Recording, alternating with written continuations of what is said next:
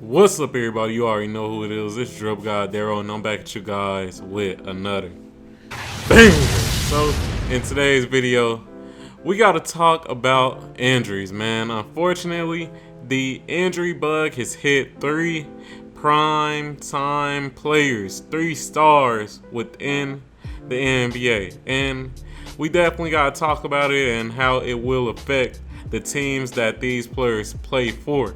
Now, before we do get into this video, hey, y'all already know what to do. Subscribe to the channel, turn on notifications, and you already know, like the video. But hey, man, I appreciate all you guys, and let's get right into it. Alright, so we all switched over, and as you guys can see, Ja Morant injury. Grizzly star shoulder tear ends his season after only 9 games. Man. Now, this was the worst news I heard, this week, especially when it comes to the injuries, man. But let's read into it. Now, this is an article from CBS News. Shout out to them. And let's get to it. And as you can see in this picture, there's Ja Morant. He is in the arm brace, as you can see. But let's read into it, man. Memphis Grizzlies guard Ja Morant will miss the remainder of the season with a torn labrum, the Grizzlies announced on Monday evening on social media. Fuck, man. Fuck. Let's continue reading.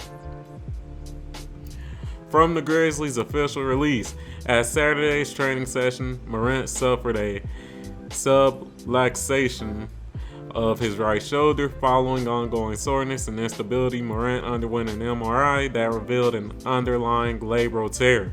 Morant will undergo season-ending surgery and is expected to make a full recovery ahead of the 2024-2025 season. So, man, this is super unfortunate if you are a Memphis Grizzlies fan, man. He only played 9 games, and when he was playing those 9 games, this was when the Grizzlies were playing some of their best basketball. So with them losing him, you really can't expect too much for the Grizzlies. I'm going to just keep it real. Like I said before Ja Morant came, the Grizzlies, they were definitely struggling. When he came back, that's when they started going on winning streaks and, actually started to be consistent on both ends, the offense and defensive end. But with him having a season-ending injury, you can't really expect much from this team at this point.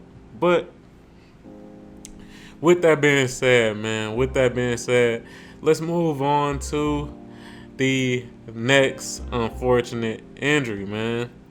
So, here we go right here, man. Here we go. Y'all see it. Pacers star TYRESE Haliburton expected to miss at least 2 weeks with a hamstring strain. Now, once again, another unfortunate injury to a star who was balling, man. But let's read into it. Indiana Pacers point guard Tyrese Haliburton suffered a grade 1 strain in his left hamstring in the second quarter of Monday night's victory against the Boston Celtics, according to ESPN's Adrian Wojnarowski. The All-Star hopeful is reportedly expected to be reevaluated in 2 weeks.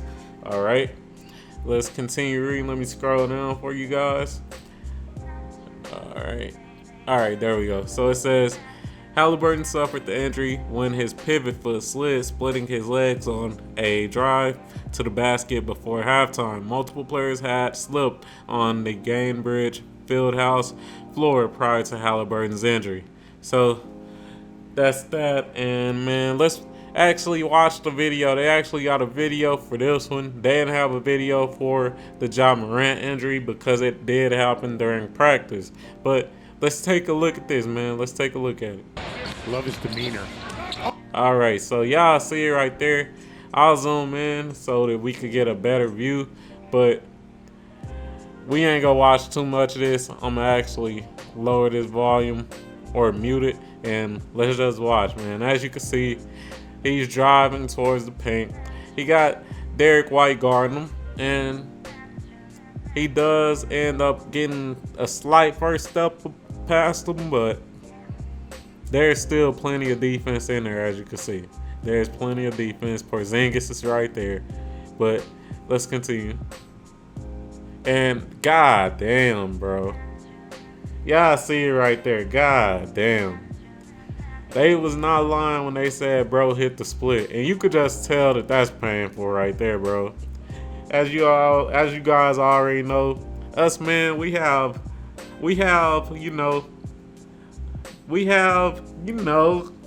genitals. I'm gonna say that, man. And one thing man can't be out here doing is hitting splits. So yeah, man, that's tough. That's definitely tough. But that's all we need to see with that. And let's continue reading. So pretty much they're just going over his averages, which are crazy. As you can see, 23 points on 50, 40, and 87% shooting splits. And let's talk about it, man. The Pacers, they're definitely going to miss TYRESE Haliburton, man.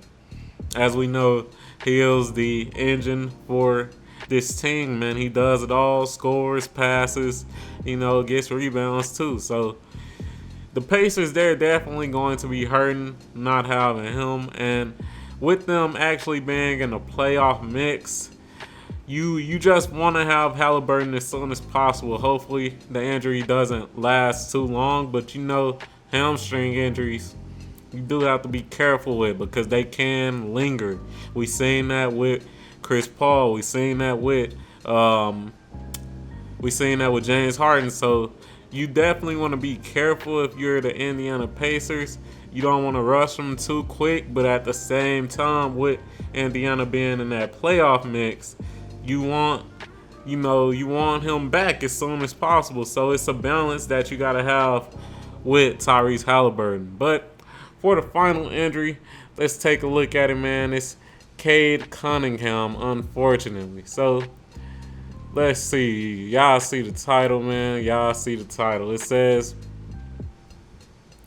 CADE Cunningham injury update. Detroit Pistons will reevaluate his knee in 7 to 10 days. So let me zoom in on this and let's get into it, man. Let's get into it. All right, so it says the Detroit Pistons for the first time this season are preparing to be without their franchise player for some time.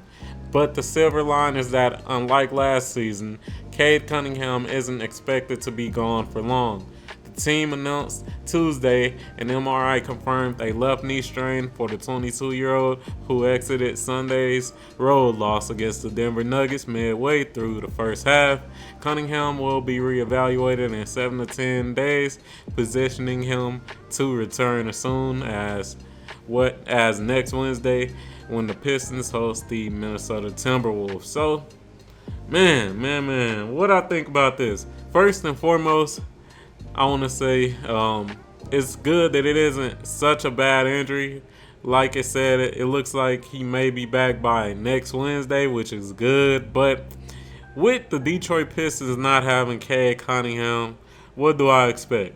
I expect them to continue losing like they've been doing. But more than likely, it's just going to be a little worse. I'm going to just keep it a band with y'all. One thing you can say is maybe, a player like Jaden Ivey can take advantage of, CADE Cunningham not having the ball as much. And maybe we could see a little more out of Jaden Ivey if he does end up being the primary ball handler while CADE is out. So that should be interesting. You could get some other players like Strasser in there. Not Strasser, but Sasher or whatever that dude's name is. But you could get like Sasher in there to get some more minutes because I do feel like they haven't been utilizing him correctly. And yeah, that's pretty much the only positives. Other than that, hopefully CADE Cunningham does come back healthy.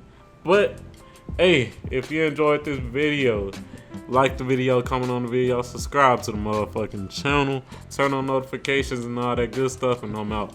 Peace.